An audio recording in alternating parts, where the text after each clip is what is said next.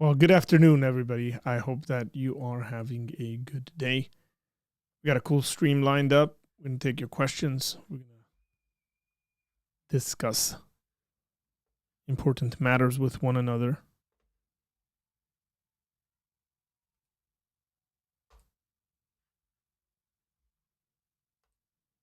And I got a couple of really fun announcements.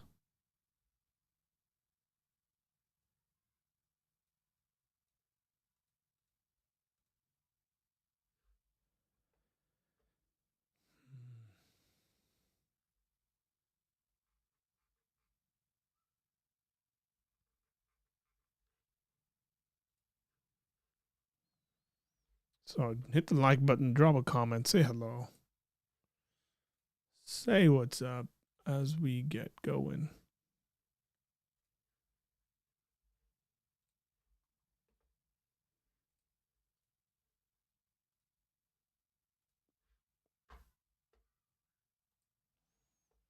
You know what? Maybe we should involve our Discord group. Let's see if we can.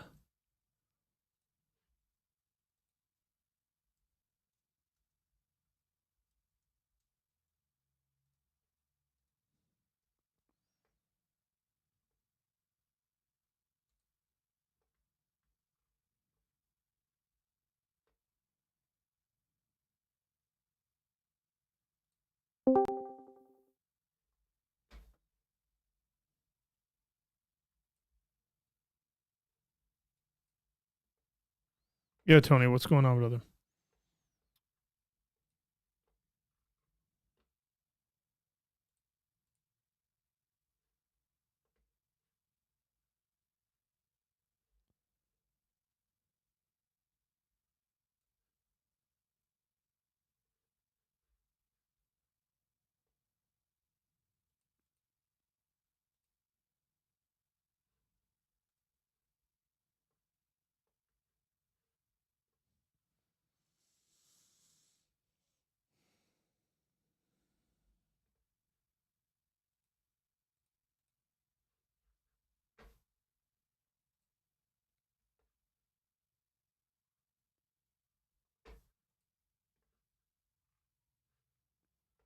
Hey, thank you.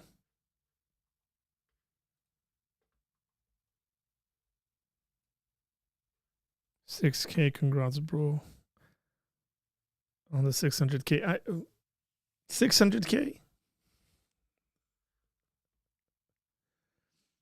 What did we hit 600K? I'm not sure. 600K views?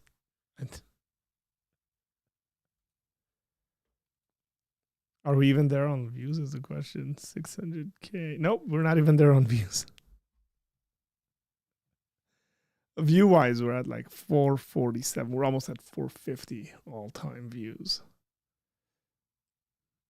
But why am I on Discord? I thought maybe some of the Discord people can jump into a conversation and we can stream that. So that audio is coming through on Discord. So if it works the other way around, we'll just keep that up.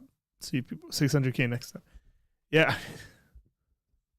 You are very optimistic, my friend.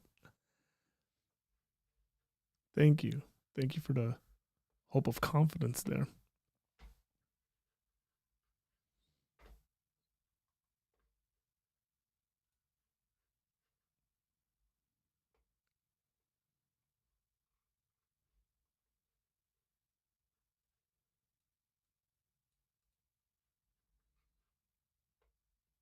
Trying to include our Discord community into these conversations, Jerome, and you're discouraging me. Come on, bro. Come on now.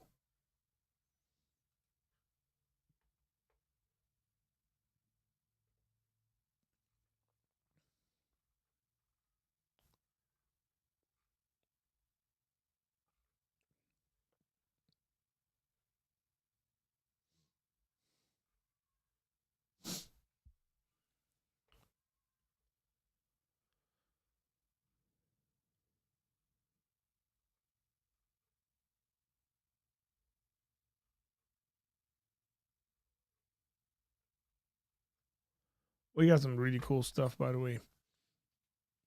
Brewing. Well, definitely. I've announced one of them, so definitely next week.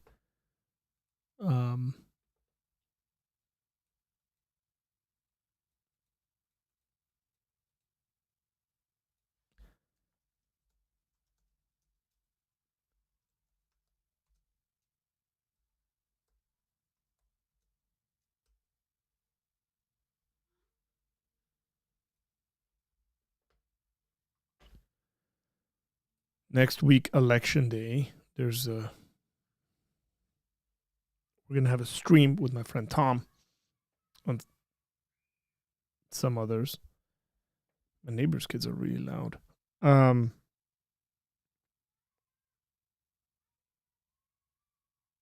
With that, we've invited Mr. Pisabi to join us. Hopefully, he will join us. I think he will.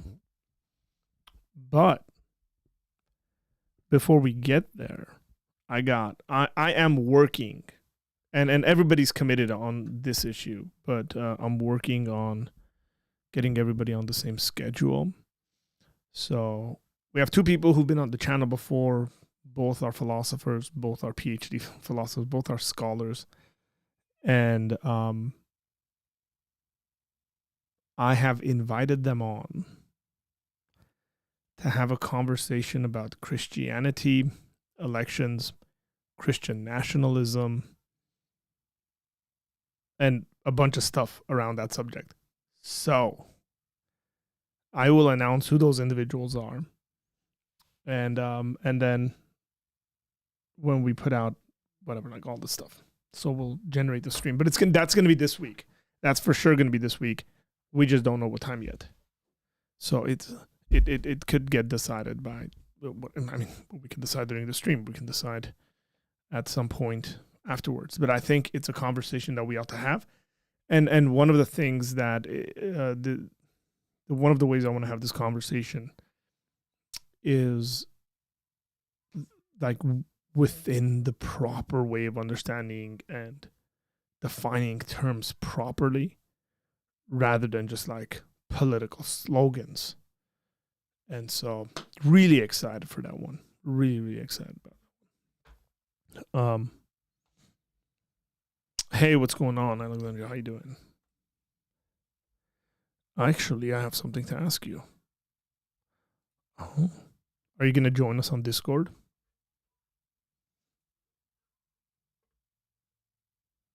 I think that's what he meant. Hey guys, also, my email is down and our website is down. So our website is down, therefore my email is down. So the info at Apologia Center email is down. So if you email me and I don't respond to you, just know that's what's going on. Hopefully we'll get that up and running by tonight or tomorrow morning or tomorrow sometime. And then hopefully by tomorrow night we'll have a landing page for the website as we work on the new website. So yeah.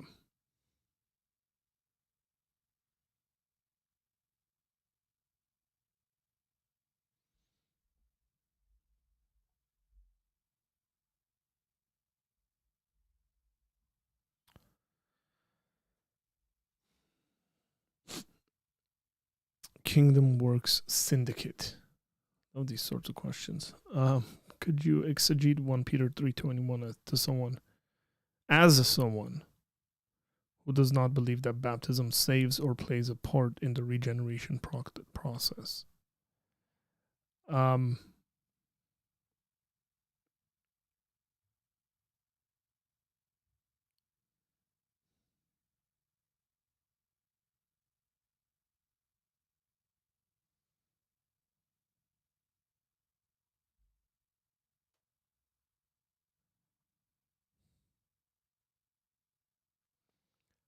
No. Why not?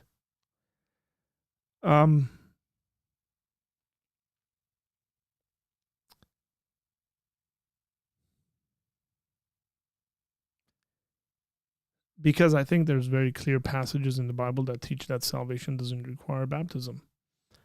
And I can look at it, let me put it this way, like from a, I don't know, from a perspective of an individual who who just doesn't know the Bible any better.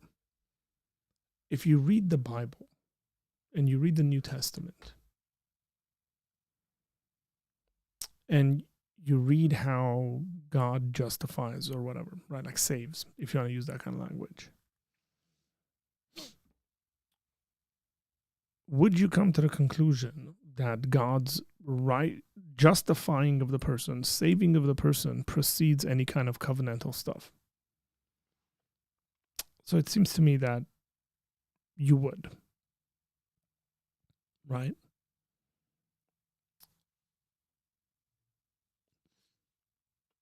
And to look at a Bible passage like the Peter one or the Acts one, those are the only two people go to because they're the only two that exist. But we can sit here and quote passages up and down that speak about people believing and being saved.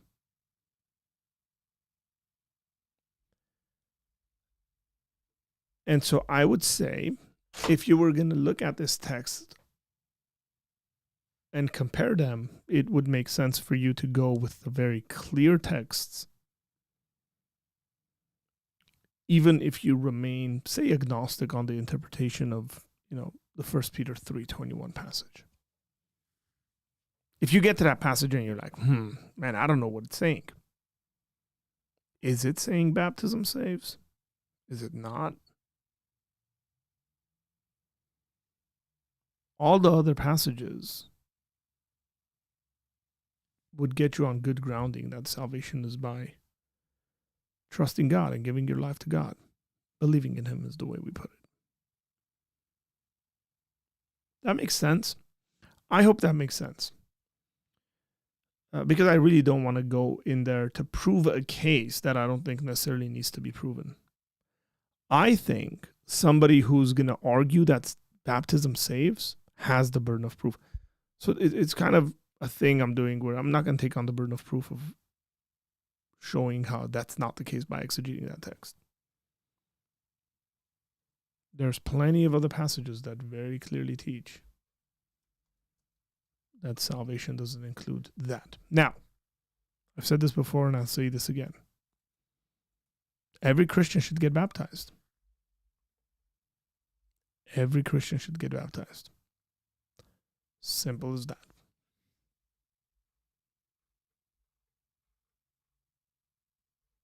Hey, it's the very Reverend Nick Quint. What's up, Nick? Nick, do you want to exegete that text?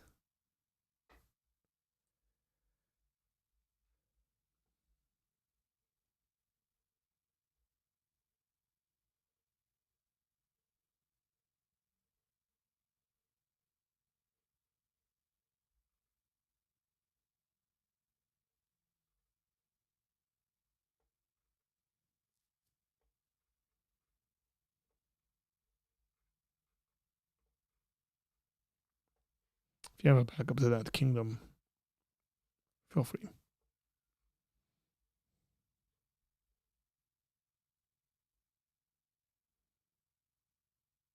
Well, look at that.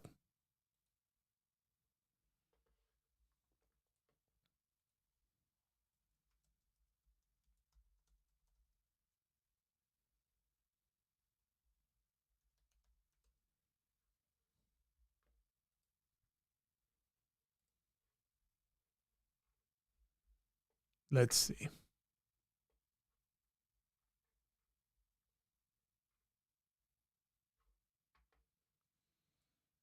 I don't hold to baptismal regeneration. I just want a clear understanding of it, as I have friends who do hold to it. Yeah, so here's what I would say. They have the burden of proof, not you.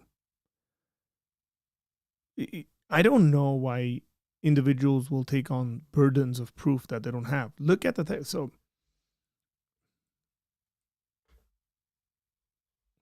before you go into explaining a text, like, again, the Peter one or the Acts one, both of which come out of Peter's mouth, I've said this before, like, do your friends have a proper justified view of Romans 10?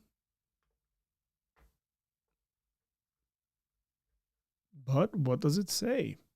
The word is near you. You can talk about what the word means there, but I think it's gospel. But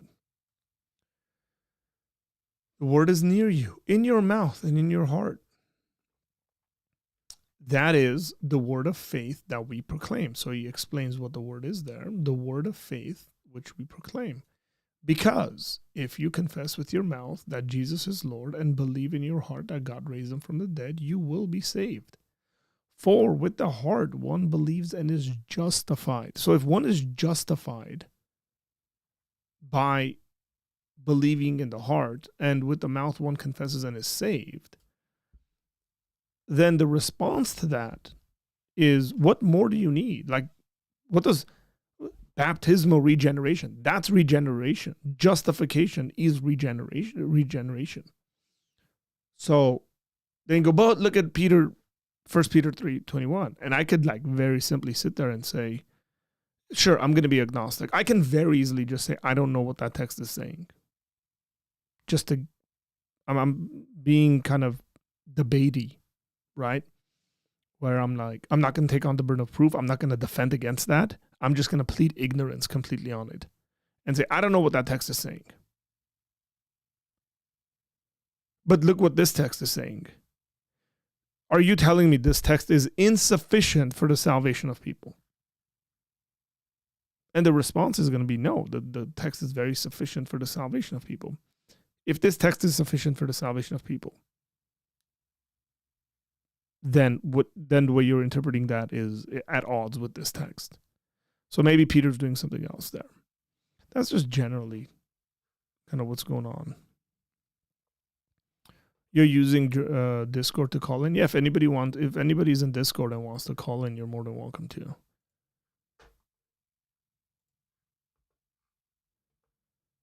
Hey, what's up?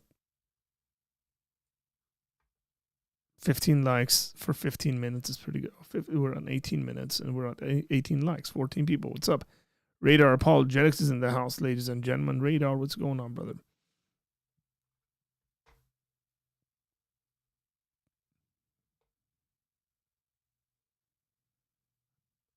Did you saw 80 people in this?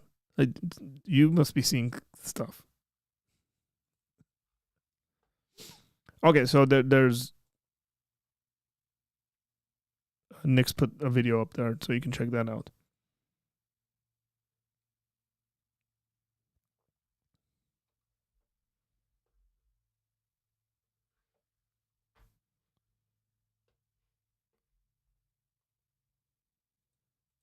I'm under no obligation to somehow take on burdens that I don't think I need to. Especially when it comes like it's like Catholics or Orthodox or something like that. And they're like, oh, give it a response to this. And I'm like, no, you give a response to this. This is a very, very clear text. Give a response to it. Till we have a legitimate response. Because I can culturally explain how baptism becomes identified as a Christian thing that gets theologized into salvation. Because you got to realize in the ancient world, everything's about religious identity. And so what happens when parents become Christians? And like, what are their children? Their children aren't pagans anymore. I'm talking like societally, the way people think. And so if their children aren't pagans anymore to the society, what are they? Christians. But what's the marker that makes one a Christian? Well, baptism is the marker that makes one a Christian. Right? Like that's even in scripture. Baptism is the marker for that. Cool, let's baptize all these kids. So these things get developed. And again, I'm not even talking about this from a really learned position. Like, I'm not going to quote church history and all that stuff. And there's people who can do that. The response is, well, why did the church believe this and teach this? Well, I think the church believed and taught a lot of wrong stuff. So what?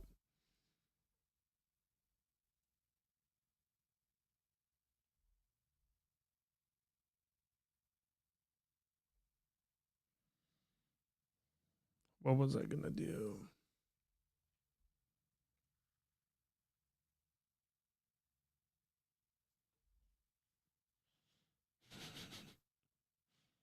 If you go an hour, you get 60 likes.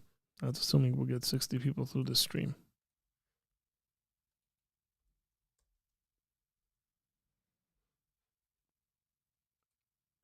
The church fathers entirely, what? The church fathers and entire early church taught baptismal regeneration, including men like Ignatius of Antioch, the disciples of Peter and John.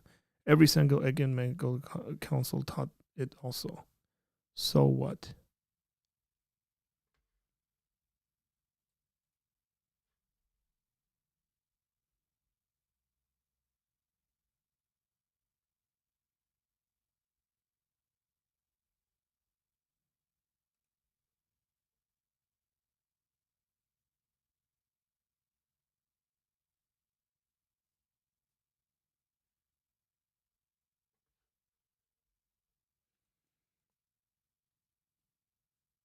I can run you through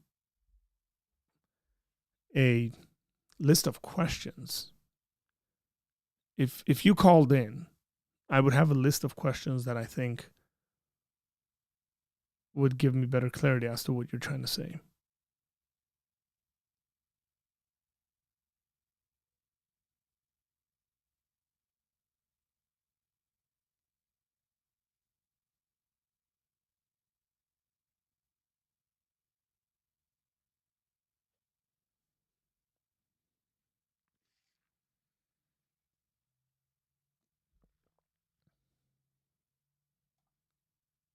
And that is no disrespect to the church fathers and all that stuff, by the way.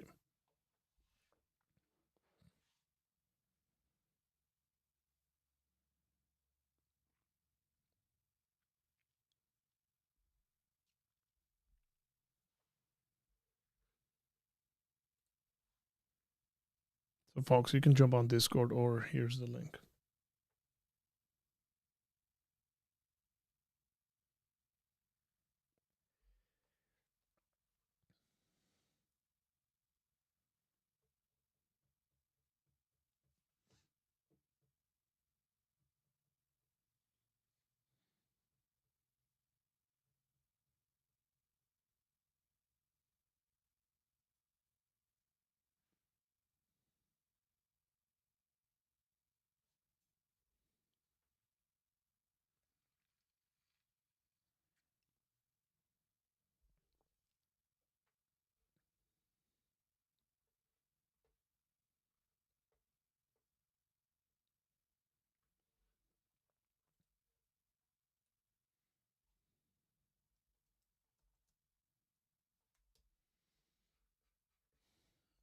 Generally, you will see Bible passages that are only in the KJV because I'm going to that passage, by the way, because they're not in the earlier manuscripts. So modern New Testament, modern Bibles won't have them because they're not in the oldest copies that we have.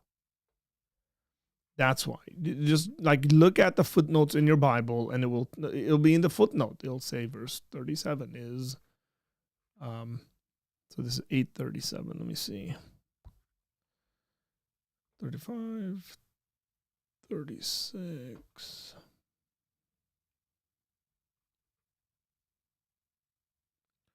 So, for example, the ESV footnote says, some manuscripts add all or most of verse 37. And Philip said, if you believe with all your heart, you may. And he replied, I believe that Jesus Christ is the Son of God. Right. So why is that not there? As is with most of these things, most likely it's not there because it's not in the earliest manuscripts that we have. So the net explanations says,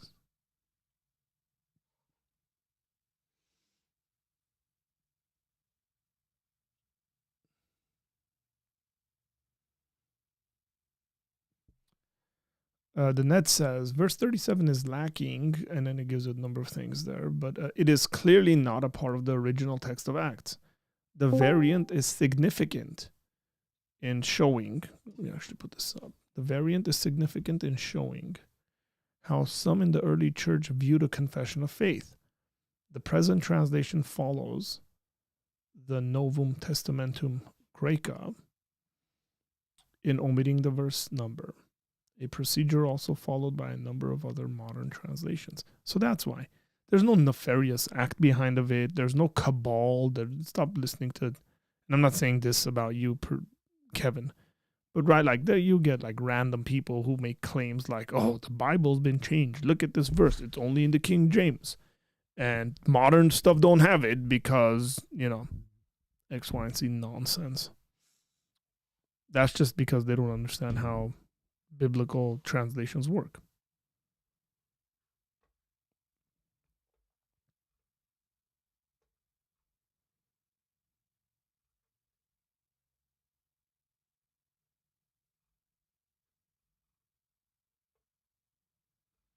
Hey, Julio, how you doing, man?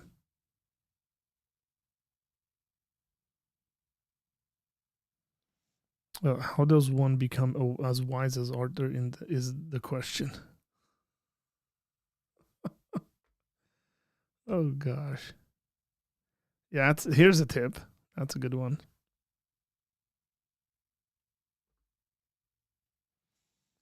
Yeah, again, it might be. But notice the comment there about, like, this is responding, so what is hilarious? But whether it's hilarious or not, right? So what? Like, again, why do I say that? Again, this is why I would have preferred to have a conversation. Then I would have followed it up. I don't want to end it at like, so what? There's a reason why I'm saying so what, as there almost always is whenever I make a comment. And I just don't want to do it without actually having a conversation partner. I don't want to talk to myself.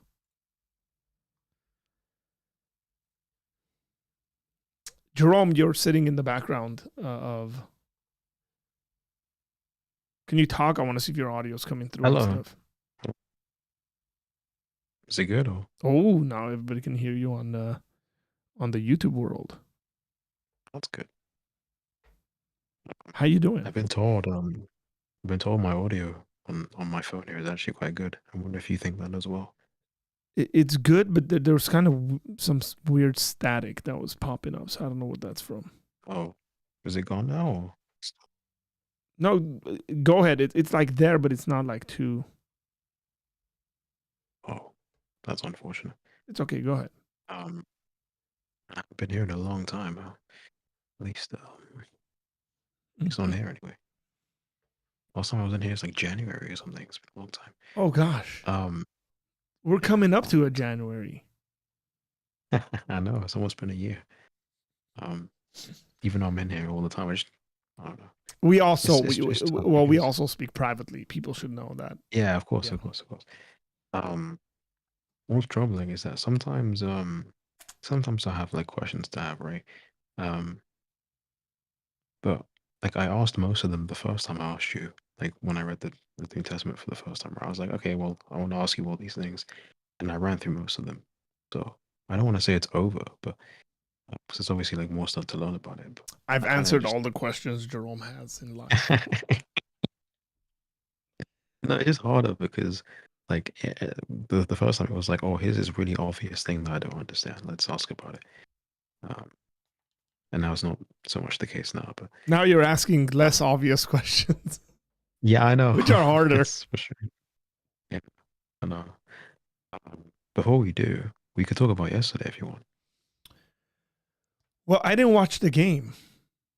Yeah, I know. I didn't get to watch it either. I saw the highlights of it, but kind of troubling, man. Do you think as an Arsenal supporter, Jerome, and Narek just came in the chat and he's a Liverpool supporter. He probably watched the game. He was probably at the pub watching the game. Do you think it was a game of two halves? Because watching the highlights and then kind of listening to interviews, it seemed like it was a total dominance by Arsenal in the first half.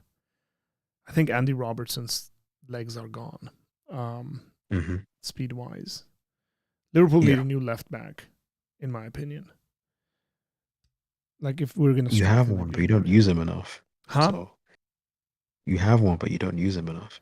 Well, he's getting good game time. The Greek Yeah, but Scouser, as they call him.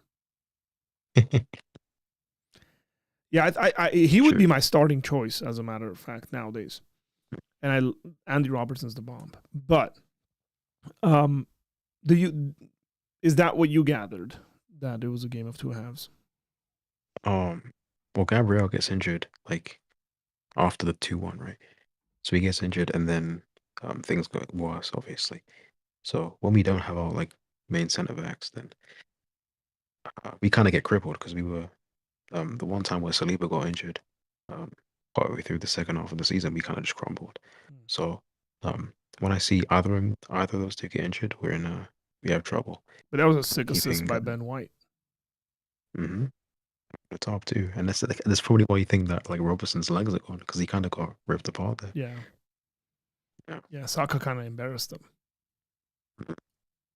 good finish too, really good Yeah, finish very from him. good finish. Yeah. Typically in those situations, I go, if Allison's in goal, does he come out? Does he not? I mean, Yeah, I regardless, know. right? Yeah, I know. He's the Doesn't matter. goalkeeper. You think, oh, would he have saved that? Or I you don't can know. always think that. I don't know. A lot of people, like, we can sit here and be pundits all we want. Doesn't matter. Allison was not in goal because you can see Saka being more confident with Allison not being in goal and less confident, or maybe trying a different kind of shot because Allison's in goal, right? Like, so there's so many factors that can There's so many change. factors there, right? Of This is course. why pundits get paid a lot of money to talk nonsense. They talk about the stuff we're talking about. And it's like, who cares? He wasn't in goal. Saka had a really good finish. And if he was in goal, we don't know. Like, Yeah, we don't know. that just changes the I dynamics love I completely. love the way you think about it because it's like it kind of it accepts that I don't know, like things can change it. Like small factors can change a lot, right? Um and so instead of dwelling on them, you kind of just look at what's going on and be like, oh, I don't know what would have happened, but it happened anyway. Yeah, So because like, as a player, as someone who's played the game, you understand that you make game time decisions based on who's playing. Like, yeah, of course. the whole aspect of coaching and tactics is, suppose there's someone playing. I'm very sure that Arteta set him down and said, "Hey, if Robertson's playing, we're going to overload that side because Saka's got legs on him and he doesn't, and we want to run down Yep. that side." Um, for the same reason, you might say, "Well, we want to keep the right side of Liverpool pinned back too because we don't want Trent pushing up because Take that gives damage them up attack." front. Yeah. Like all these things, right? And then people go, "Well, if Allison's in goal, does he finish that?" Well, you don't even know whether he would take that shot if Allison's in goal. Yeah, So, exactly. Yeah. I mean, look, as a Liverpool fan, I would say Liverpool were like last week. If that game ended in a tie, I would have been fine with it because I think Chelsea deserved the tie and didn't get it. I think Liverpool in this game away from home against Arsenal gets a tie. I'm fine with it. I'm just happy we didn't lose. So See, and I have to say the same thing, but it's like worse because we're behind you. But um, yeah, yeah, well, it's you have only to. worse because of the games you guys slipped up in. It's right. Like, I can sit Yeah, here and be like, man, I can't believe we lost to Forest. Um, and that's why mm, we're behind City. It's because we lost to a team we shouldn't have lost to. Shouldn't have. yeah. But it's like, Having this is quotes, football, right? man. As Yeah. if you like can't lose games. Yeah. Right. Who knows? Maybe next week Man City gets out there and loses against whomever they're playing. Yeah, man. Well, Um, hey, I breaking like. news for those who don't know who follow the sport. The Manchester, sadly, this is very sad to those of us who are opposing team fans. Very sad that Eric Ten Hag has been fired. I was hoping he'd be the coach for the next 5 years. I love how you phrase that. So funny. So sad. There's I talks love of how Xavi. the. There's talks of Xavi actually taking over as the United coach. Okay, I don't believe that. I'm sorry. That Yeah. sounds something like that. That sounds like something that wouldn't happen, but I'll believe it when I see it. How do we tie this into like Christianity and apologetics? I was gonna say how did the the mood changed like really quickly, right? I want to ask you something else actually, but Let me ask you a question like this, because I some of this stuff is related. It's very interesting that I think people would want to stay away from the United job now, especially top mm, coaches. cool. Do you agree with that? Yeah, I think so. Yeah. How do I Because tie that in? the last like, 3 or 4 have like started and like they've started and ended it in the same way. Yeah. So they have like a bounce, and then like it's like something cool happens. They win a trophy, and then uh, the expectations of like the world community of to kind of catch up with them, and they don't do well, and then like they get like internal issues, and then um it kind of resolves in a lot of losses in a row. Yeah. And then it happened with Solskjaer as well. Like this is pretty much the same thing that happened with him. So So to bring this I around, understand. because Taylor's like, I'm going to go on Discord and interrupt this because they're talking about European soccer. It's just soccer, by the way. European American is the same sport. He's been saying that for Yeah, ages it's just so far. so random. It's such an unnecessary qualifier. Since this Yeah, is but I a know why he's doing it Yeah, though. I I know know why he's that. doing it. Yeah, well, he said this is an apologetics philosophy channel. Well, since it's a philosophy channel, we're going to call you out on your unnecessary qualifiers. I just watched, and you watched this a couple of days ago, but I finally finished this today. I finally Mm, watched Justin Brierly's conversation with Alex O'Connor. yeah, sure. Now, how am I going to tie this in? And I am going to tie this in.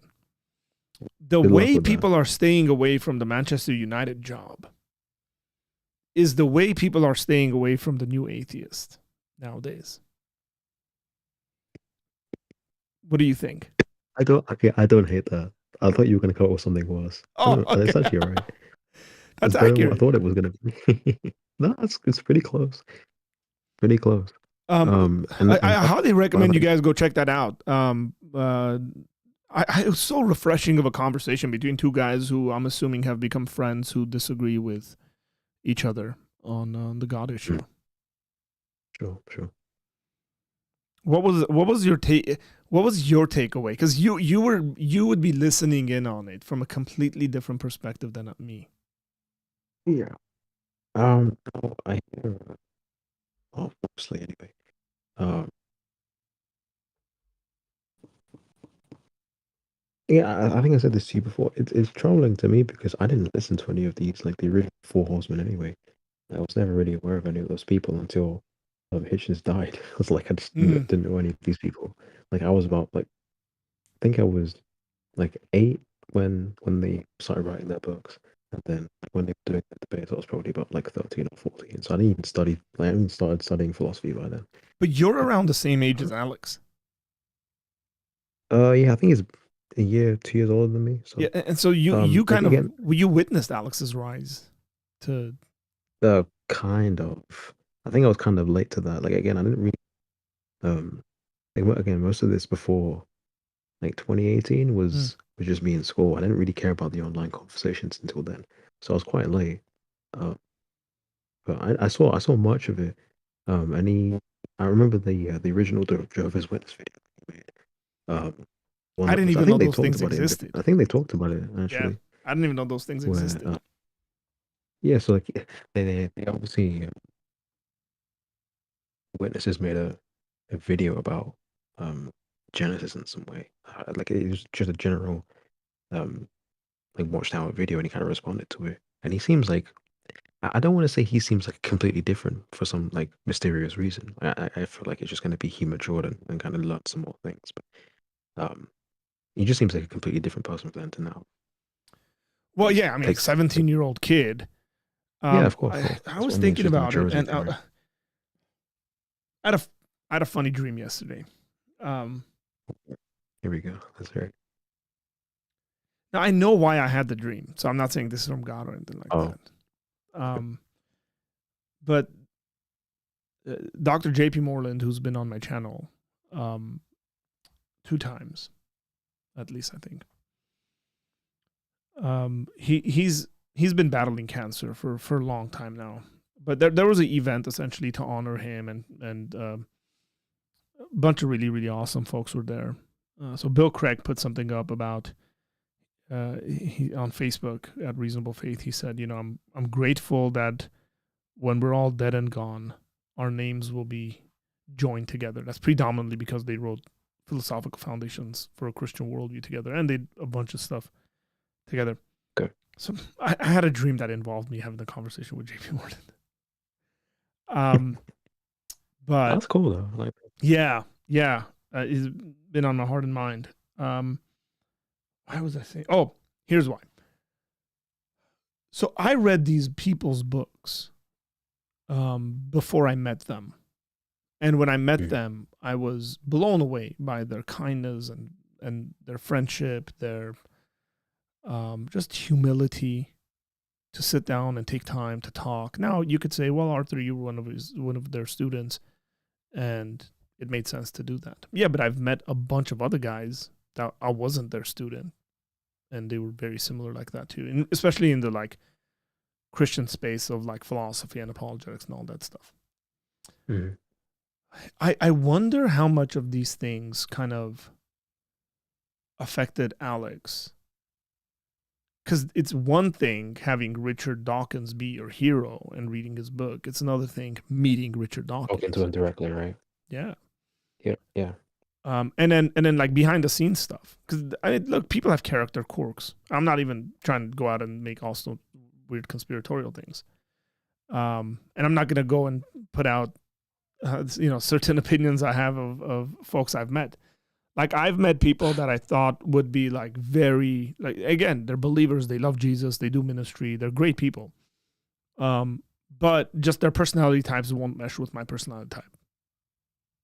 Like we wouldn't be friends, let me put it that way. Right? Like on the day-to-day, it's not someone I would hang out with, and neither would they probably want to hang out with me. And then I've met people where we just like hit it off and we're very friendly and all that stuff.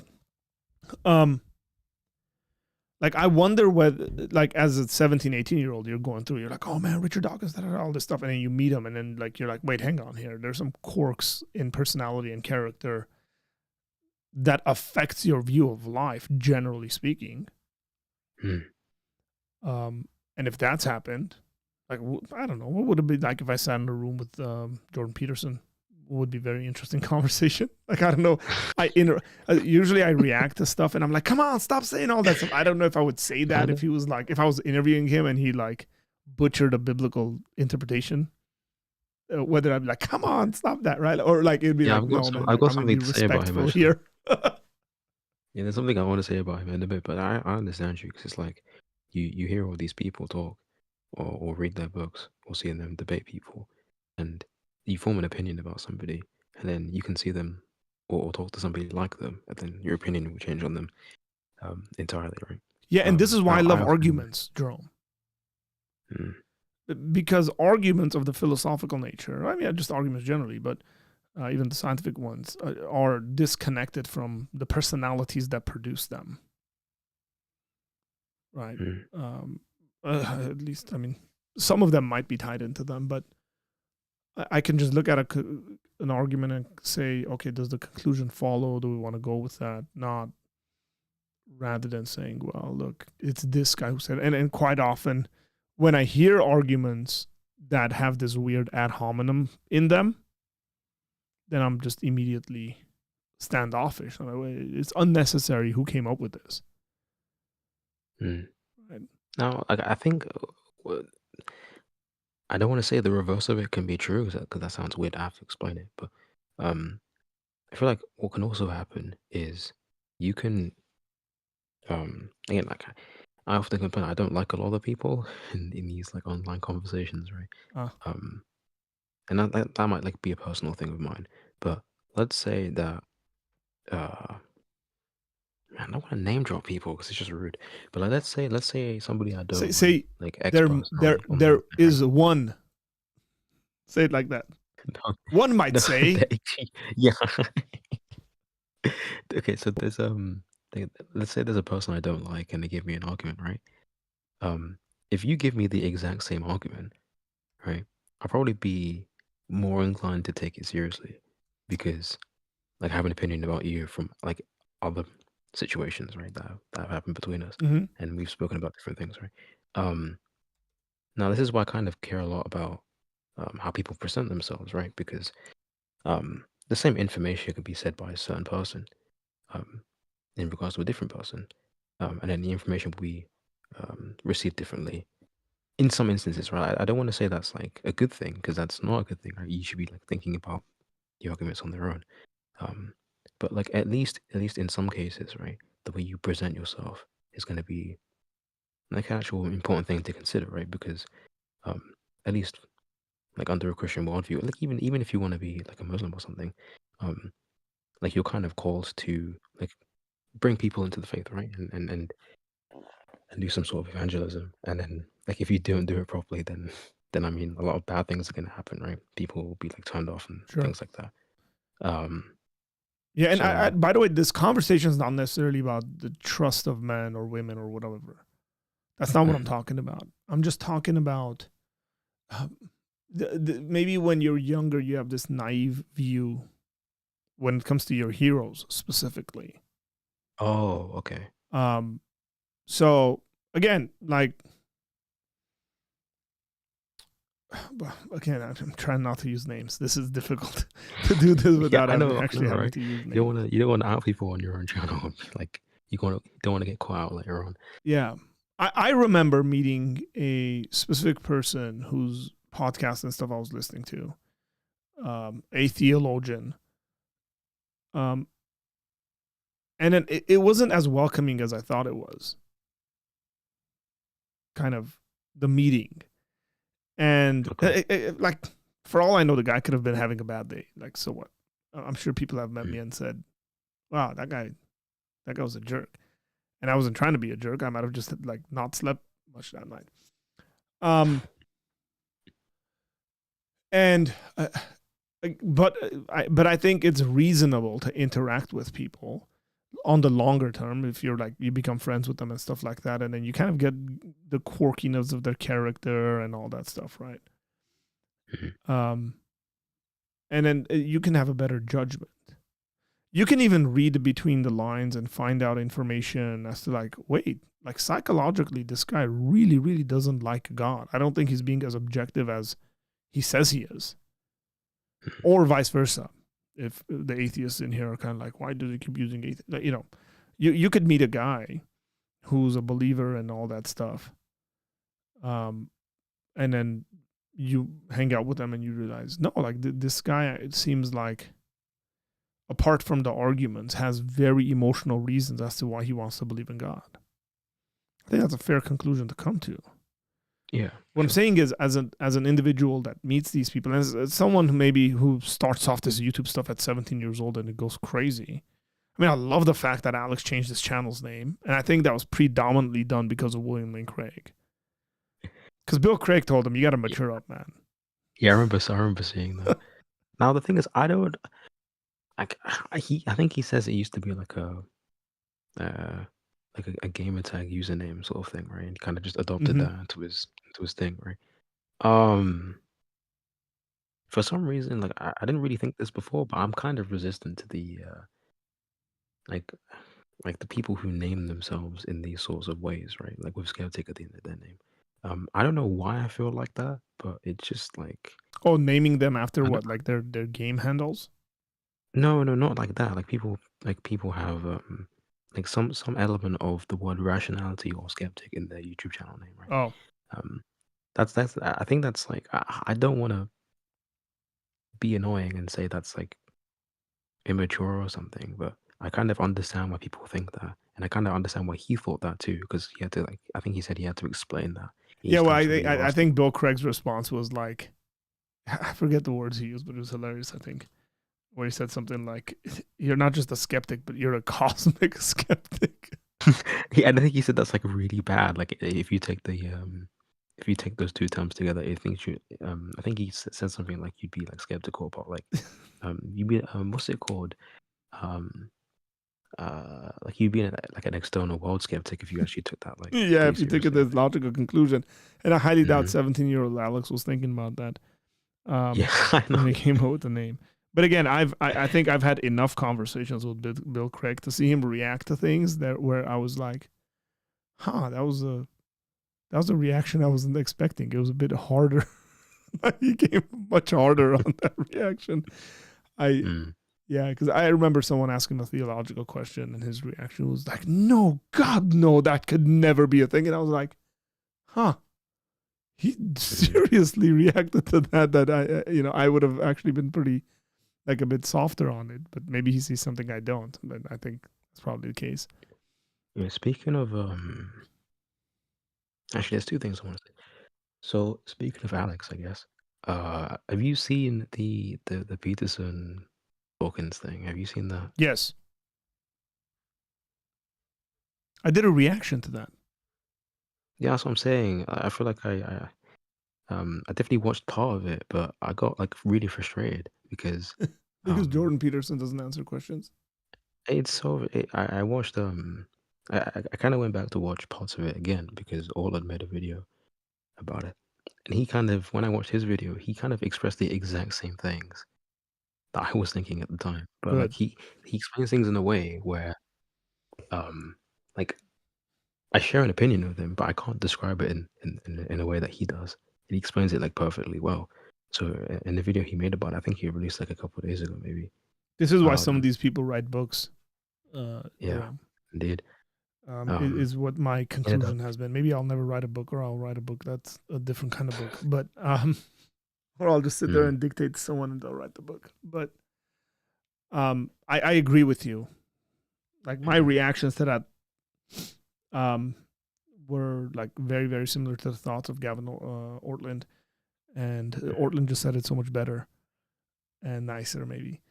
And so, yeah, it is frustrating because I think Gavin's analysis was right, is that it's like the two were not in agreement on very fundamental questions, and that they were having questions that rested on those fundamental questions. Right. Sure. And that becomes just hard. Yeah. It like if I'm thinking fighting terms or something, it's I guess fighting terms wouldn't work. Like if you have a heavyweight fighting a lightweight or something like that. Yeah, because one would just win, right? Yeah, it's not a winning situation. Like that's not the way I saw that conversation. Exactly. It was like, do we want to have a normal conversation?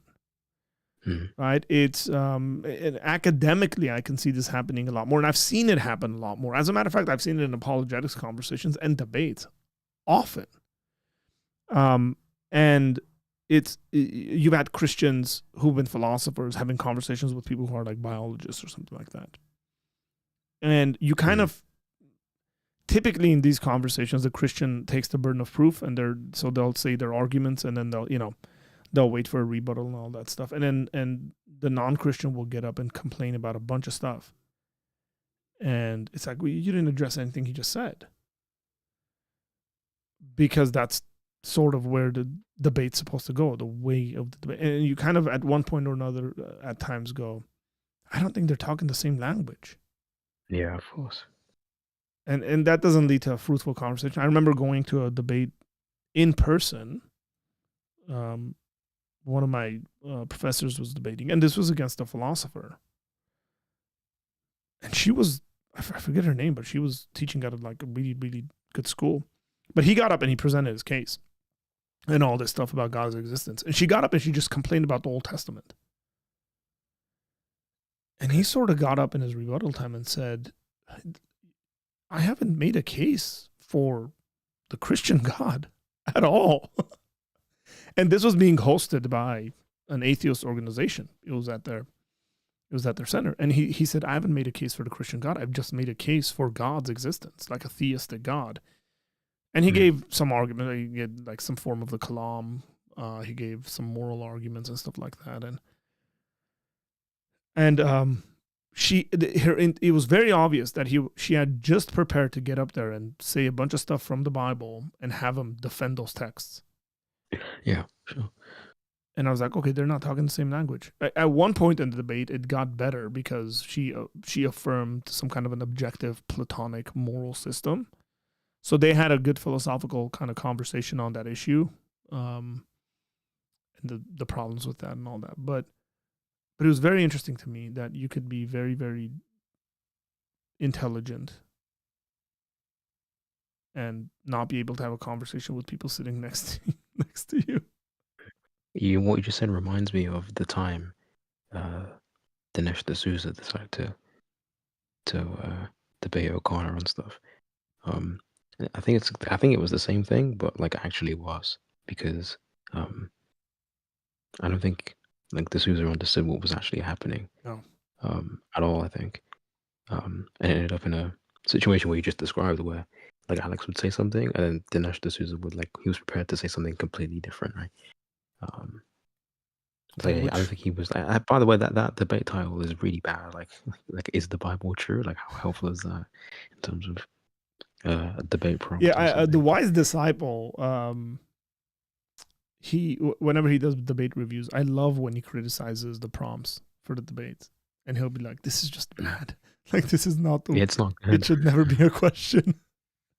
Mm. It's not very Um, helpful, is it? it's not. Mm.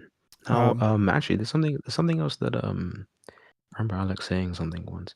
So he was when he debated like McGlatchy that one time, and he gave the divine hiddenness argument, right? Like next to it, I always remember that one because it's like important. But um, another one he was talking about was um the problem of suffering, right? Which is mm, kind of standard.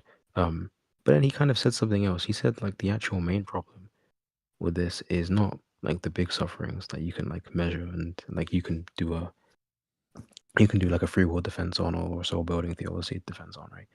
Um, he said it's the smaller ones, right, where it doesn't like seem to result in anything. Um, so he was saying, oh well, like what's the point of like the suffering of like falling over? It doesn't seem to do very much. It doesn't really seem to result in soul building. But then I think about it for a second.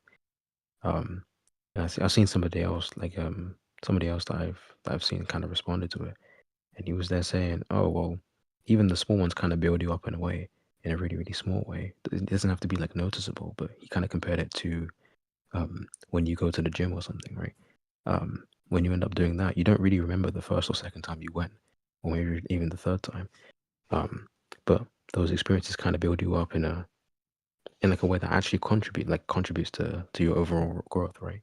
Um, so I don't know how long ago that was. It was a few years ago now, but I see him make that point, and he says that like the smaller sufferings don't actually seem to build you up in any way, but um, it's weird to think that they kind of actually do. So when I heard it again, I was a couple of days ago. I was like, wait, I feel like it does, like even in the smallest possible ways, it does like kind of contribute to that. yeah, that's So interesting kind of think because it was like a sort of like slam dunk argument, like slam dunk argument, right? it seems to me I that don't know. that is way too subjective. Right? Like Sure, sure, sure. anybody who's stubbed their toe against a table or a chair or something like that, um, will understand the pain that results in that very small incident. Hmm. Um, like suppose like that very small incident makes you be more attentive to where you walk. Hmm. It, It's quite no, it's really funny because I listened to that. Um, I was kind of I was on the train home. I was walking home, and I listened to that because I listened to the clip again. And immediately as I walked home, I was doing something, and I was thinking about the video, and I almost like walked into something while I was thinking about it, and I dodged out of the way, and I was like, oh, well, that kind of caused me to avoid that like small suffering, right? So clearly I've learned something from it, like even by watching the interaction that he kind of spoke about. yeah. Um, it's like a soul building kind of thing in a way. So um, I don't know how seriously I should take that. Maybe I should. I don't know. But I don't know. Yeah, I don't think that is actually. It's way too subjective and it's too much of an argument from silence, in my opinion. Because Sure. I can always find the incident in someone's life that was very small that ended up changing the trajectory of their life or something like that. And then I can use that example with someone else where it made no difference to their lives. Mm. Right? This is why like some people's stories are like seem so amazing in regards to um like biographies of athletes or something like that. Like they were rejected when they were 9 years old from a team a certain Harry Kane from a certain Arsenal team. Right? Like you could look at that as like Sure. 9-year-olds get rejected from teams all the time. For God's sakes, they're 9. Right? Like, especially if you're looking at like elite level athlete, like how many 9-year-olds have teams like Arsenal and Liverpool and Man United let go? Right? Even over the last 20 years, thousands. But it seems like in this 9-year-old story, it made a significant impact. You know, his dad was like, "Hey, we're going to keep going." Harvey Elliott got let go from Chelsea at like 9, 8, 10 years old. I didn't even know that. Yeah, I didn't know that until I watched the interview with him, and he was like, "I stopped playing after that for like 2 years." It's like I was just playing with my mates at the park. And like these are significant situations. They might be small, like depending on who you're asking. I mean, for the 9-year-old, it's clearly not small. It's a very hard thing to take as a 9-year-old. But it is small considering of the amount of people, considering how people get out of it. Like it's pretty insignificant, Sure. you know. But it's too subjective for me as an argument. I don't like it. Somebody, Taylor, you're in here too, right? Did he leave? No, he's in here. Okay. Kingdom Works Syndicate said, "Arthur, what is your occupation?" Hello. What's up, man? My occupation. What is my occupation? I don't know, man. I just do this.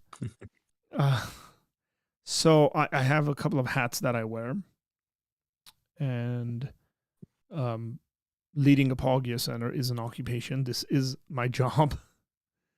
It's not just a YouTube thing that I do, but I do teachings and trainings for churches and folks and all that. I am also on staff with a Christian organization called Young Life. My official title is Area Director. So yeah. Or you can just call me Arthur. But this is a job for me. Pine Creek Doug told me that he thinks you're a bum. I'm just kidding. Maybe that was inappropriate to say. It was a joke. Sorry. I'm going to move on. I love you, Arthur. I love you too. Random question, but what are your thoughts on Elon and his technology like Neuralink, Starlink, AI robots, electric cars? Do you see any issues with where technology is going? I can see very many issues with where technology is going. 9 out of 10 of them are ethical issues. Typically speaking, we come up with technology, and I think this is true of human history, but we'll come up with a technological advancement, and then we'll see it used and abused and misused, and then we'll ask the ethical questions. I think the internet is the same thing. Yeah, I can see these things kind of going crazy. Some of it I have some interest in regards to like metaphysical questions. So the whole Neuralink thing and storing memory or whatever like that. But that's probably above my pay grade. I mean, I try to read and keep up with that. But yeah, most of it is ethical issues, right? Like say we can implant something in someone's brain, and gents, you guys comment on this, whether it's even possible. But there's aspects of your brain that helps you like process emotions, correct?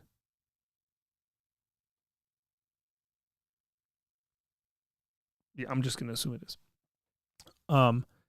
Suppose like with a Neuralink, you can turn that off for soldiers. I think that's, ethical issues. So, yeah, I can see a lot of stuff like that. That'll be problematic. I struggle to process how that's even going to work, by the way. Like when people talk about these brain implants and stuff like that, it kind of confuses philosophy of mind a bit too much for me to be able to process properly. So I guess I'm going to have to like wait for that to resolve properly before I say anything. There's a lot. I mean, I know someone, I haven't had like, I've tried to have him on the podcast and all that stuff, but we got to kind of wait. He's very busy. I know someone who's been interacting in these areas and talking to not Hollywood, kind of Washington politicians and stuff like that, and also some developers and AI kind of techie people. And he said that there's quite a bit of challenges to think about this stuff as a Christian. More in regards to the metaphysics and all that. And so I don't know anything beyond that, because I don't know whether I understand the technology that much. I'm still not very convinced that we can store memories in chips and whatnot. Or that's why I'm saying. Yeah, I'm not I even think so. convinced that you are your memories, or those kinds of philosophical, metaphysical commitments.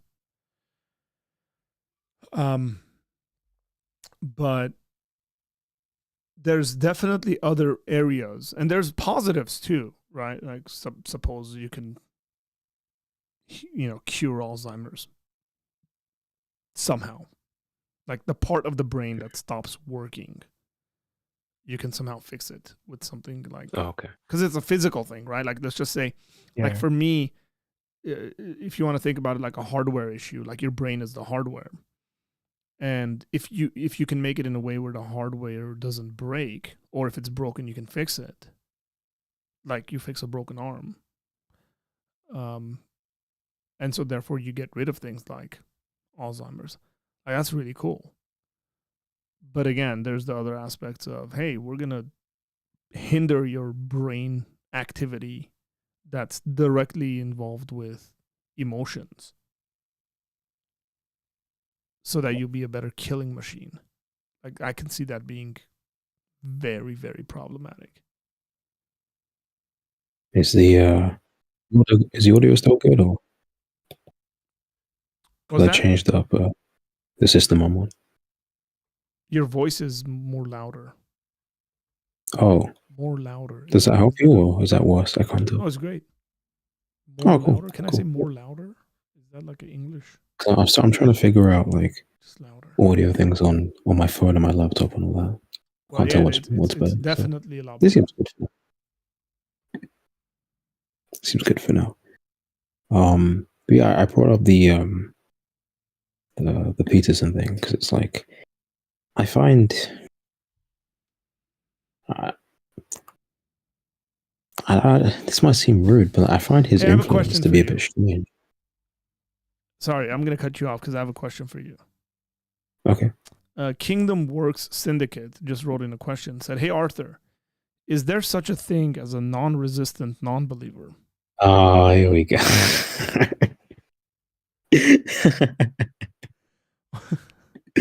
Will all those who genuinely seek God, so Jerome, will all those who genuinely seek God end up at the truth of Christianity? Sure. Why are you laughing at this question?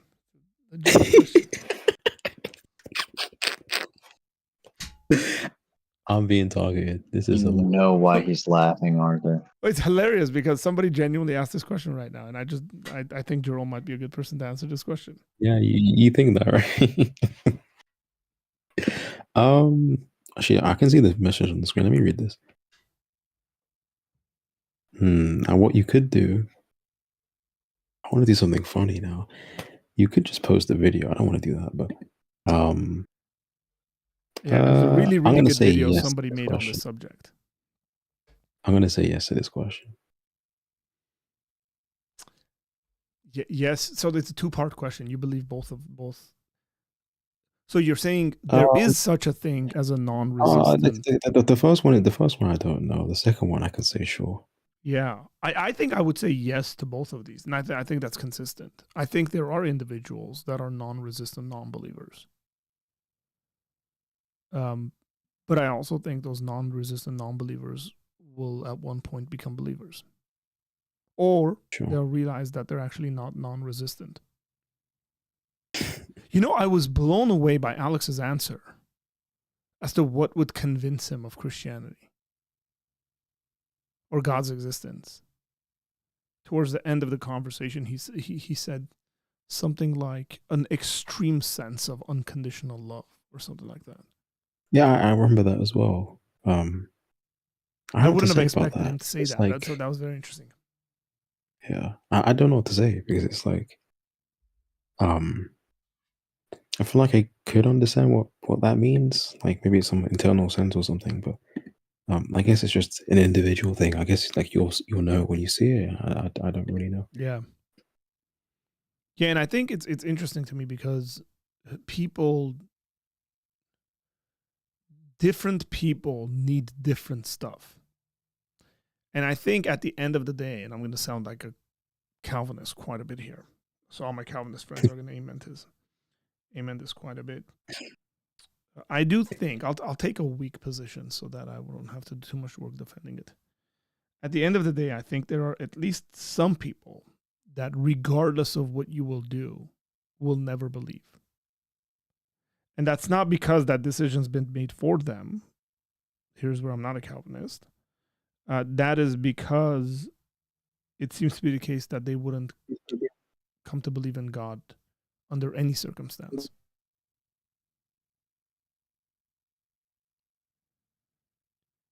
And so they're What's that troubling is resistant, let's put it that way. sometimes they will just tell you, right?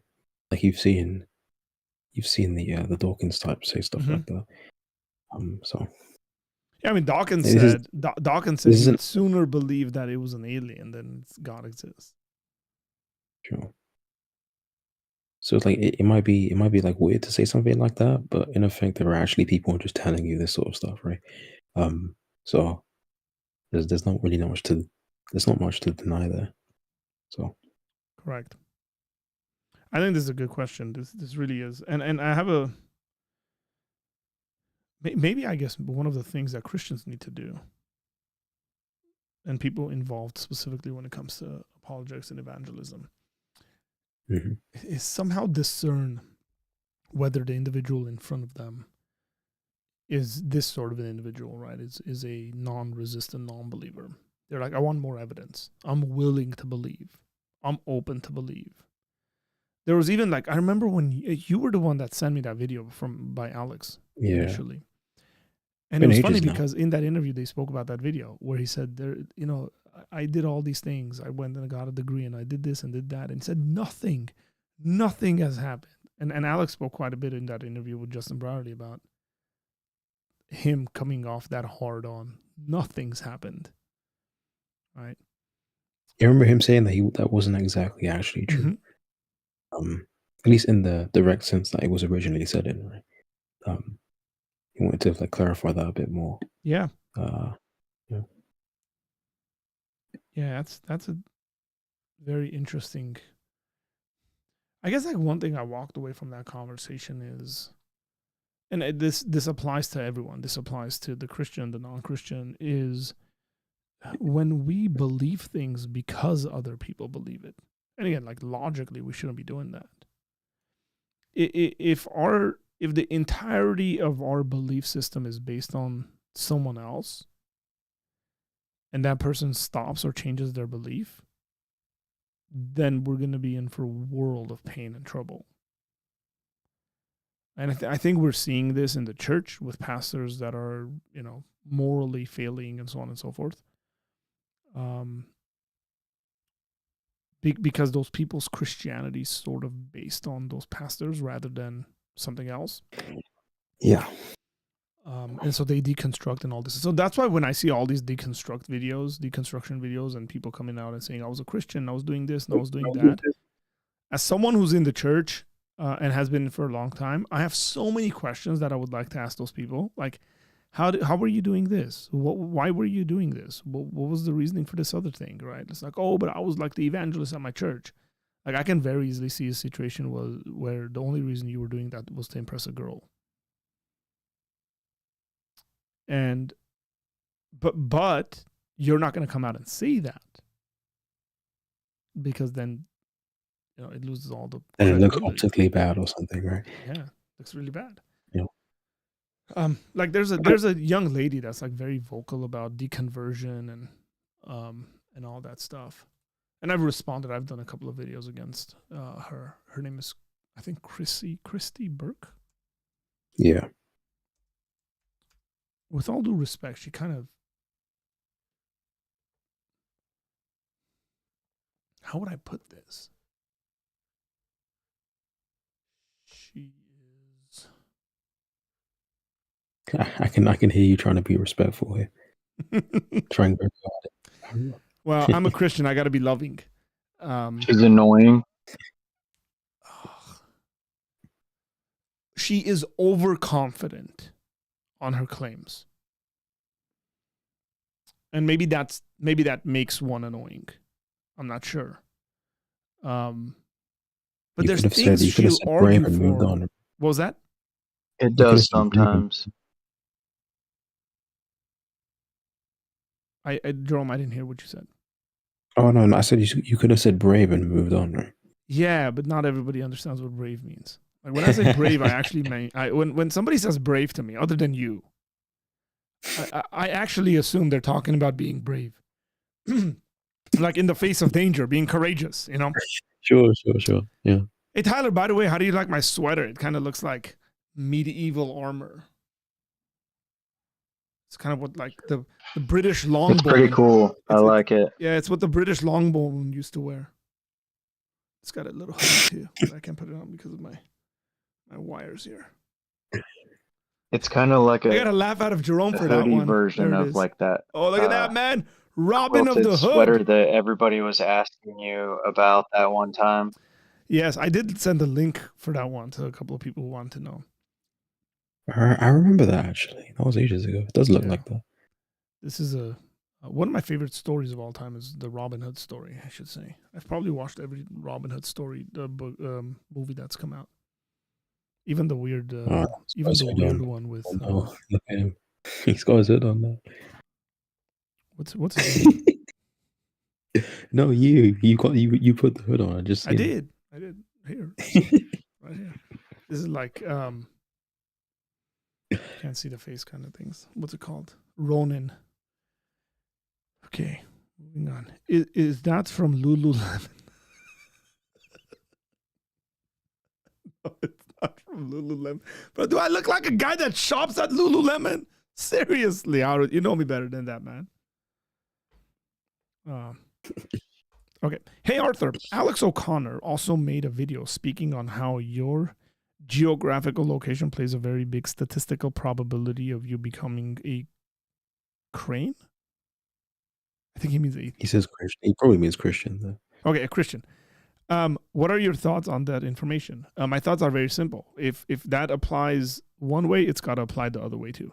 So I wonder whether Alex would say that his geographical location as a white British male who's privileged enough to end up at Oxford plays a big statistical probability of him becoming an atheist.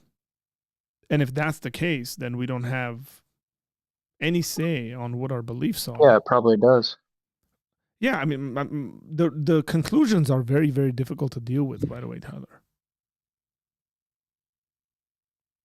Because why? Then the question becomes about, like, we don't have a choice in regards to what we believe. So why do we blame people for the stuff they believe? That's a huge ethical question. So if it was statistically more probable for someone to be a racist slave owner in the South of the United States, why would we hold them morally accountable to that? So it's not just a God question, it's all beliefs. If it was statistically more probable for Hitler to have What do his you mean, beliefs, why would we hold them morally accountable? because we hold people morally accountable to wrong beliefs. Because people act out on their beliefs. Okay, I'm not So there's Not a bunch sure of what you people mean by that flew that. a bunch of planes into a bunch of buildings in the United States based on the stuff they believed. Right?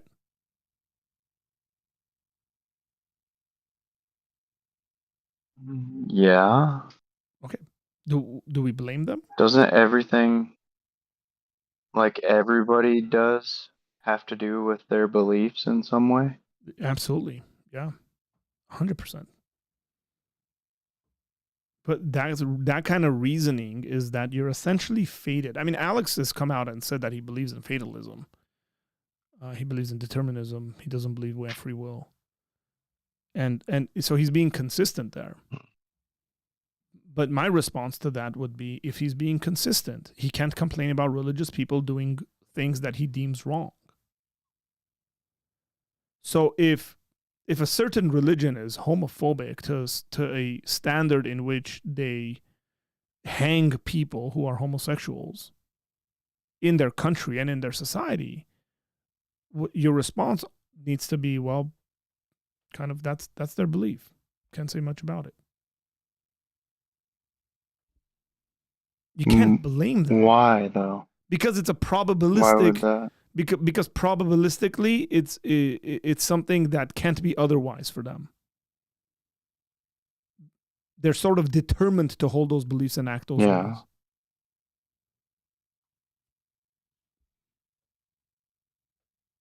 I mean, okay, yeah, let's assume determinism though. And then we could ask the question, what is it that would exclude somebody from like condemning the actions of somebody? Like if I disvalue slavery, like I have a stance about disvaluing slavery Mm-hmm. or like disvaluing violence or whatever. Even if I think that like it's not stance independently true that it's wrong to own slaves. Oh, now I'm echoing at myself Yeah, I don't know why. for some reason. Seems like it stopped, but basically all I'm saying is like uh, anti-realists about morality Mm-hmm. can judge other people if they want to. Like if I have a stance about some thing that I think is good or bad, then it doesn't mean that like I can't judge other people if I don't think that it's stance independently true that that thing is wrong. Maybe that's too many like double negatives or something, but the point is like there's different sorts of like subjective ways of conceptualizing morals, right? So there's like appraiser um, or agent, like subjectivity. And basically, what's good or bad is going to be indexed to like either the speaker or somebody else. So someone might say, like, because of people's cultural values, and like almost nobody thinks this actually, it's pretty much a straw man of like subjective morals that, like, to say if people's like cultural values, like it's okay to do X, Mm-hmm. then that means like I also have to think it's fine for them to do X.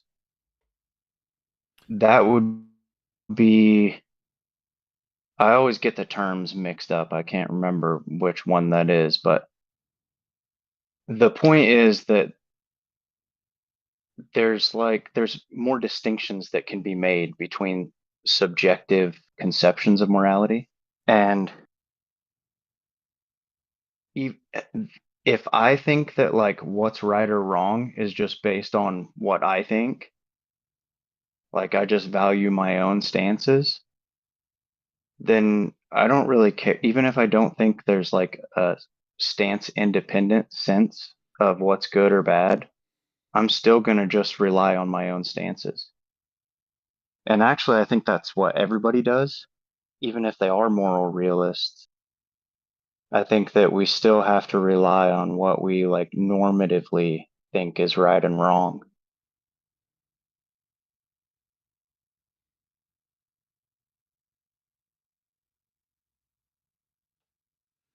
Jerome, you want to say something about that?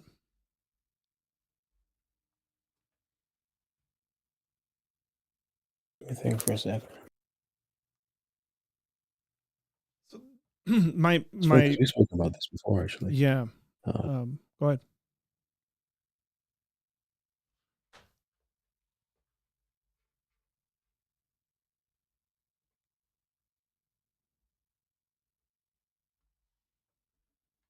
Yeah, so my main response to this kind of thinking is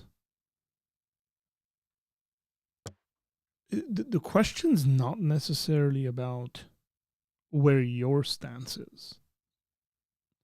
The question is when we criticize other people for their stances, while at the same time believing that they have no other choice but to have their stances. I mean, we don't criticize, say, physical deformities, even if it's out of the norm. It's just the way it is. Or, looks. Well, Go ahead. I'm sorry to interrupt. I have an internet delay. It seemed like there was a chance to say something, but basically, what I would think about whenever you're saying that, like if we're thinking of it in terms of like free will or determinism or something like that, which I'm not even sure that's a really good dichotomy. Sure. I kind of think people confuse a lot of things about that. And I don't know, and I understand that you're sort of saying this in response to like a particular type of maybe internet atheist, and maybe it doesn't exactly apply to me, but I guess I would say that for me, even if I think about like a tornado going through a town and like killing a bunch of people, I'm gonna like disvalue that the tornado did that, even though I know a tornado is not like an agent that's doing things in the way that I think is like morally significant or whatever. Despite like whatever, well, I won't even get into that other stuff, but yeah. And so to me, there would be, even if we're sort of assuming like determinism and like the tornado is not an agent and can't help it, if I could prevent the tornado from like killing those people, I would want to do that. Right. So there's like a certain state of affairs that I would like to, that like I see as more valuable than another, even if I don't think it's valuable in the same sense that like a moral realist does. Yeah, I understand what you're saying. That makes sense? Yeah. I understand Okay. at least. That makes.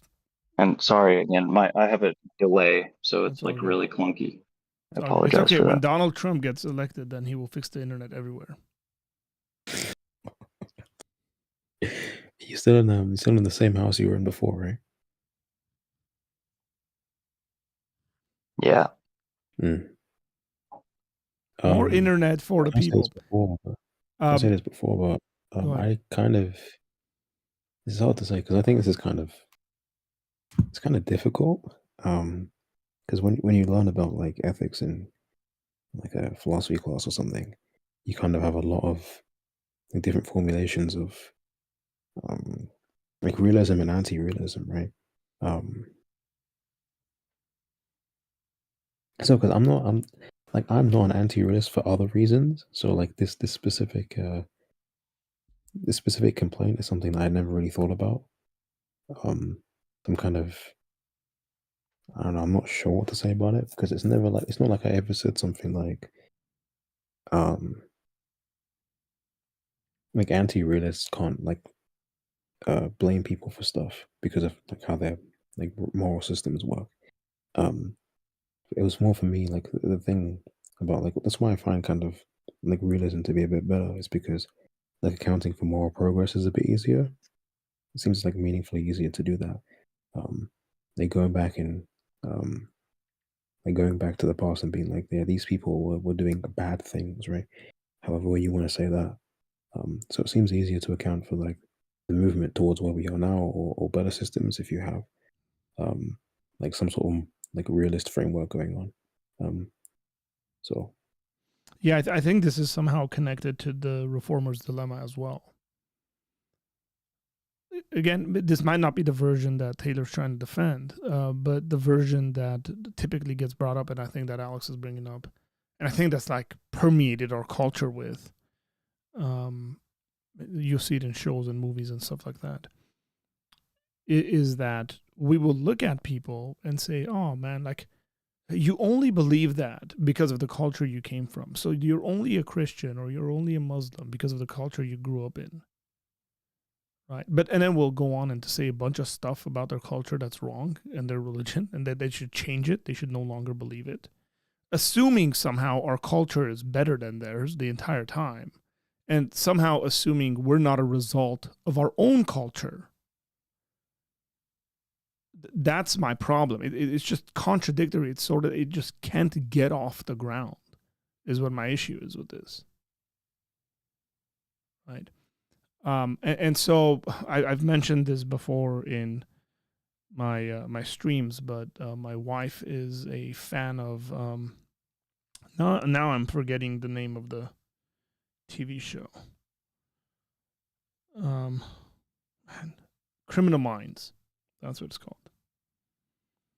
And in the show, almost every single criminal gets categorized as someone who had no other choice but to do the stuff that they did.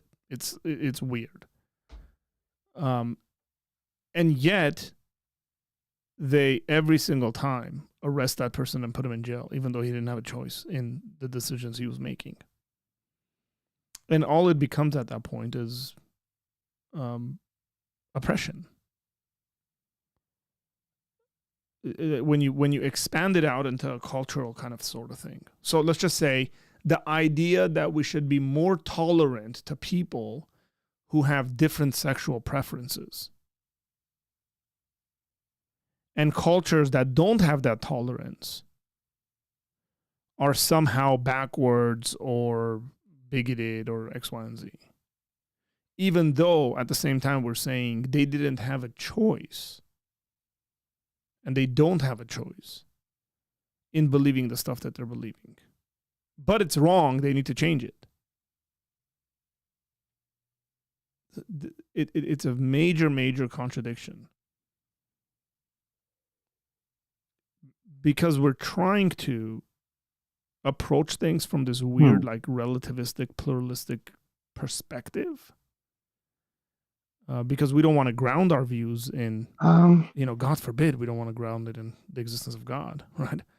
And so therefore we kind of start contradicting ourselves in that.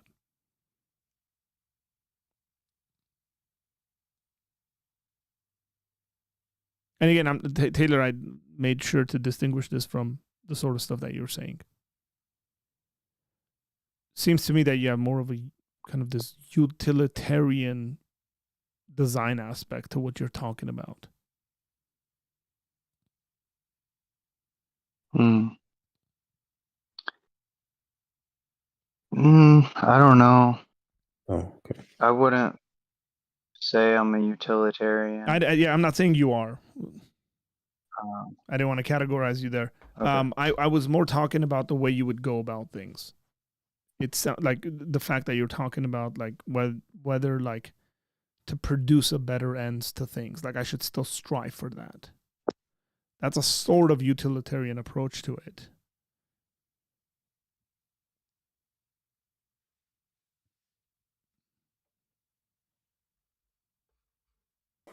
Maybe. Yeah, I guess I'm just saying that like I value certain things, and then you can like kind of evaluate what is better or worse given some sort of stance about what counts as good or bad. Yeah. I think your stance is probably a stronger argument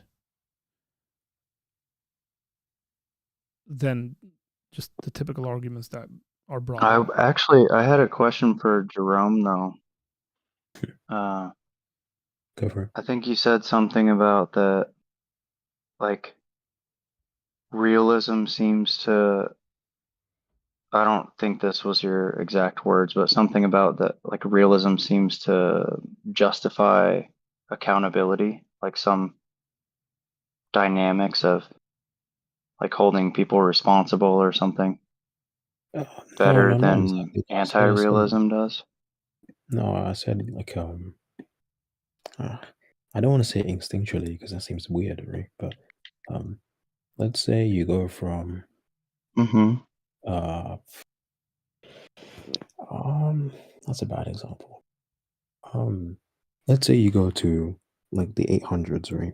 And you have people, um, I don't know, coming out of these highly religious systems where like there's I don't know, there's brave rules about like what dogmas you have to follow, and otherwise you'll like get killed or something, right? Um, we want to say something like those societies were like doing something wrong there, right? It'd probably be a bit like plausibly unfair for like humans to be killing other humans about like doctrinal issues and stuff like that, right? We tend to not do that now because we kind of see something bad about that. Um, and so I was saying that like measuring progression from like bad things to good things is easier on a realistic account of morality anyway. Oh, all right, right.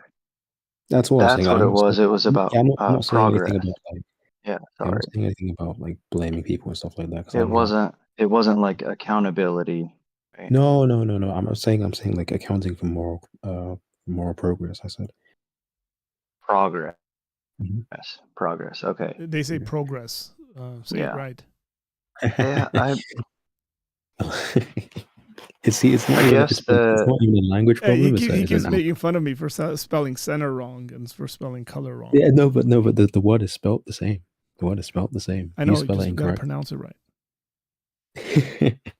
There's before I forget, um, the the original question that came up, which is why this kind of started, was about like geographical location, right? Mhm. Affecting people's belief systems, and I kind of agree with what was said before about it going both ways and kind of going in every way actually. Um, but I feel like the argument is going to be something like, um, I don't know, if God is omnibenevolent, then you just have like a weird split of like people's belief systems being in like specific locations. Like, what's up with that? Um, and I feel like this kind of I asked you once about like let's say I converted, right? And then you have like friends of mine in the UK who are like plausibly going to go to hell or something, right? Like regardless of whatever system you kind of whatever theology you kind of have for the afterlife, right? Mhm. And it's going to be like kind of unlikely for them to convert and things like that. Um, I remember Arthur, you said your answer to me was kind of interesting back then. I think it kind of applies here as well. I think you ended up saying something like, um, yeah, something involving like people not accidentally going to hell, right? To Yes. where um, like God's sovereignty kind of like covers like doesn't cover all the issues, but um, it ensures that people don't really go to hell by mistake, and that people miss out on salvation by mistake. Yeah, no But Christian perspective. There's no doctrine within the Christian camp that allows for people to randomly or accidentally be lost to hell or whatever your form of punishment is, right? Like, so we can sit here and count on our on one hand the count of perspectives there are when it comes to kind of a theology of salvation and God's sovereignty and stuff, and all of them essentially put God in a place where this stuff accidentally doesn't happen. And there's an explanation and a justification as to even why God would allow for people to be born on an island where they never hear the gospel. Like there are justifications for that. Now we might not like those justifications, right? We might think that whatever, like it just doesn't sit with us fine or whatever like that. But that doesn't mean there aren't justifications for it. And some of that is when atheists start criticizing this stuff. My response generally is you have to allow for the system itself to produce an answer for itself, because you're asking an internal question to it, and your kind of reaction to it doesn't matter, because it's unless it's like just false, But I don't know how you would prove something like that, because it's coming from within whatever its authority is on the matter. And you can maybe show it's absurd or something like that. I don't know. But, for example, for the Calvinists to say, well, I don't think those people by God's sovereignty and decision and eternal decree were born on that island where they would never hear it because they were never part of the elect. Like that's an internally consistent answer. Now you might say, well, does that mean God doesn't love everybody equally? And the response might be, yeah, that does mean God doesn't love everybody equally in that sense. Maybe the response to that would be no, since people are all on the kind of same platform of being rebellious towards God. Anything God does to save people is a merciful act that he doesn't have to do. And that's a pretty consistent answer there. Now you might answer that in the more, say, Arminian sense of, well, God knew they were never going to elect him, so he made it like that. And I think there's an aspect within my personal view of Molinism where it also allows for that. And somebody can be both reformed and not. And hold to a Molinist perspective as to how God makes his decisions and allows for things like that to happen. And it really, at least in my view, it's not connected to his goodness in that way. It's like, well, yeah, your friends have been given opportunities as well, whatever they've been given. It might not be an equal amount, but there might be a reason why they're not given an equal amount. And that reason might be because God knows that they wouldn't freely choose to follow him. And so God's given them a certain kind of measure, right? Certain kind or type of himself. And they've rejected that. So what I'm saying, regardless of what the opinions on that might be, there's internal reasons as to why we think that's the case, why we have that thing. For the same reason, there's an internal justification as to why there's evil in the world from a Christian perspective. And every worldview needs to give a answer as to why there's evil in the world.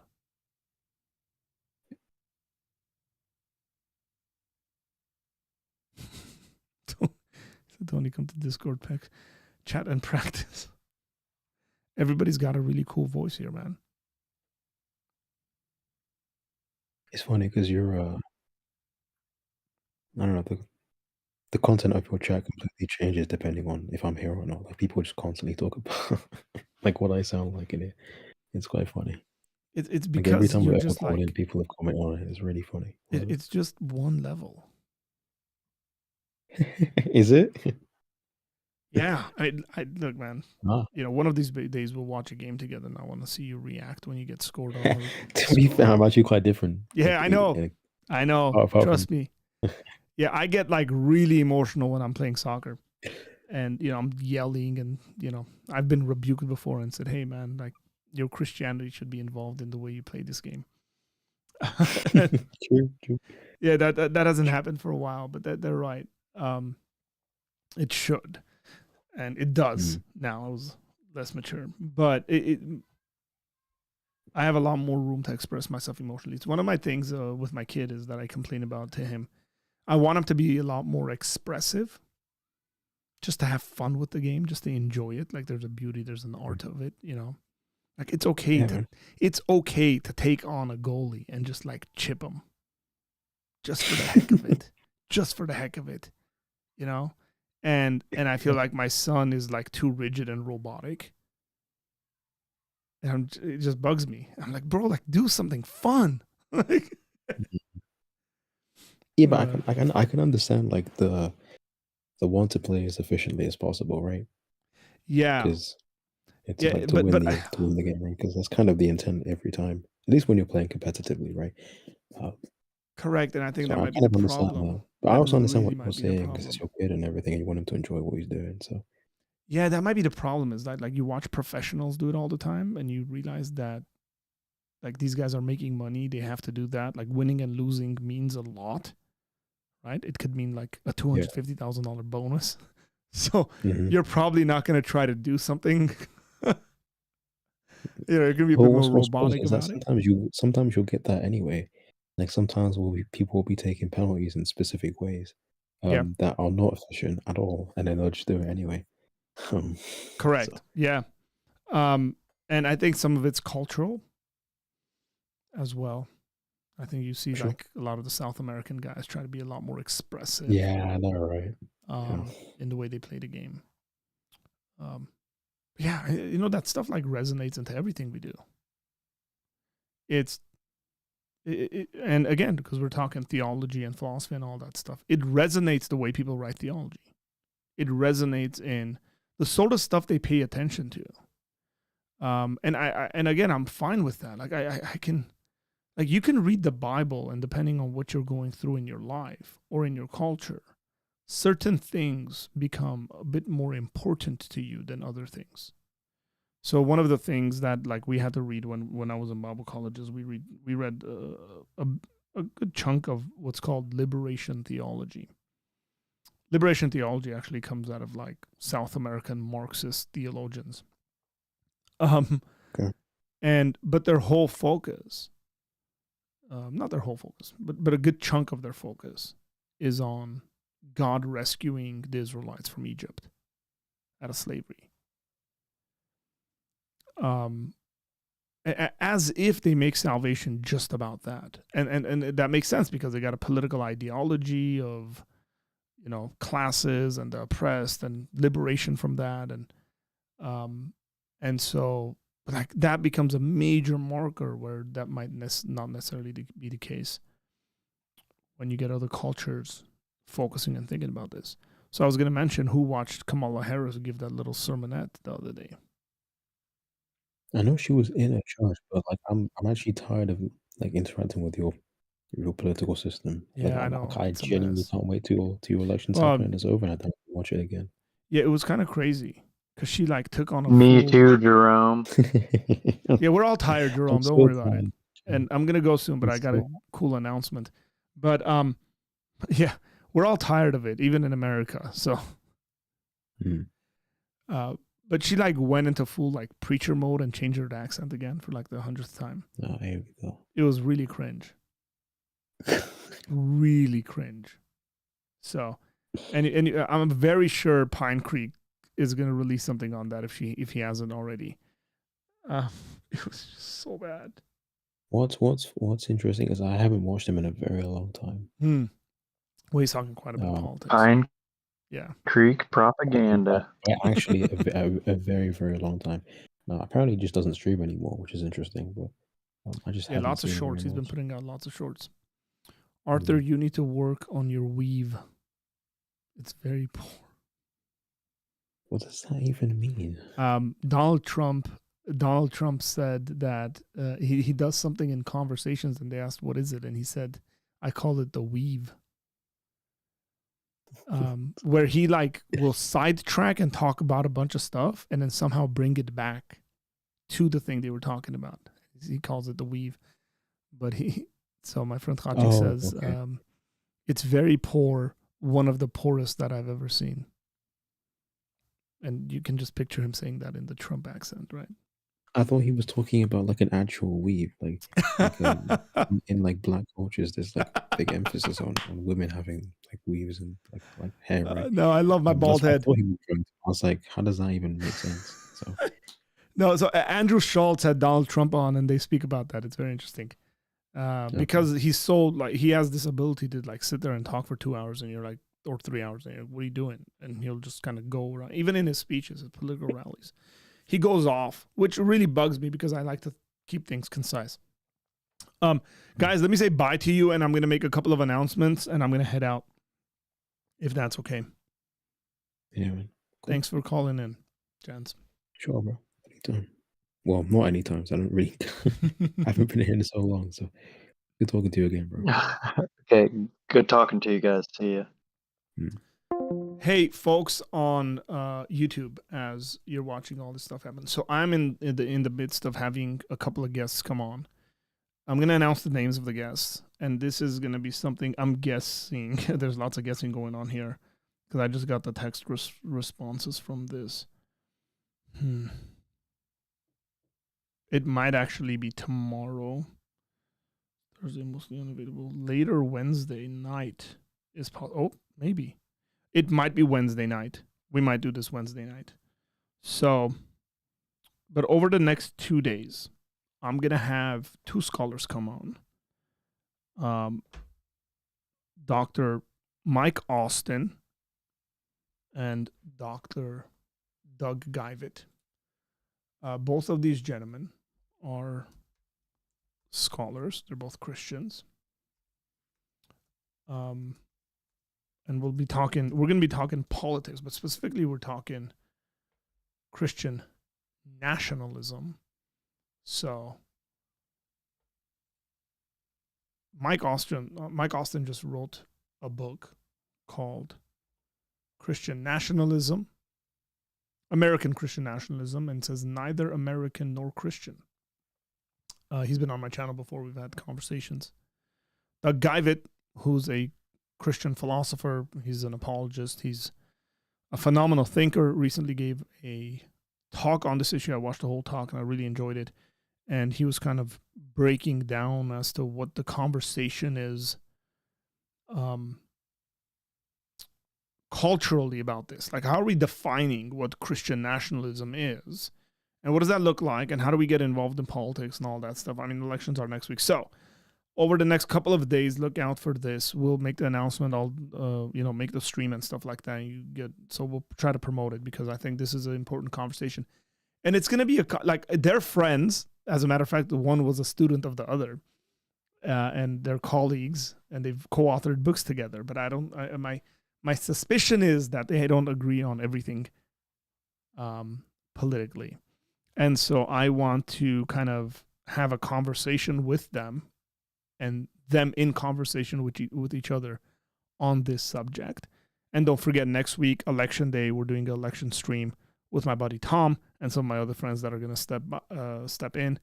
And so look out for that. All that said, God bless you guys. And I will see you tomorrow or the following day. One of these days I will see you. So take care and blessings.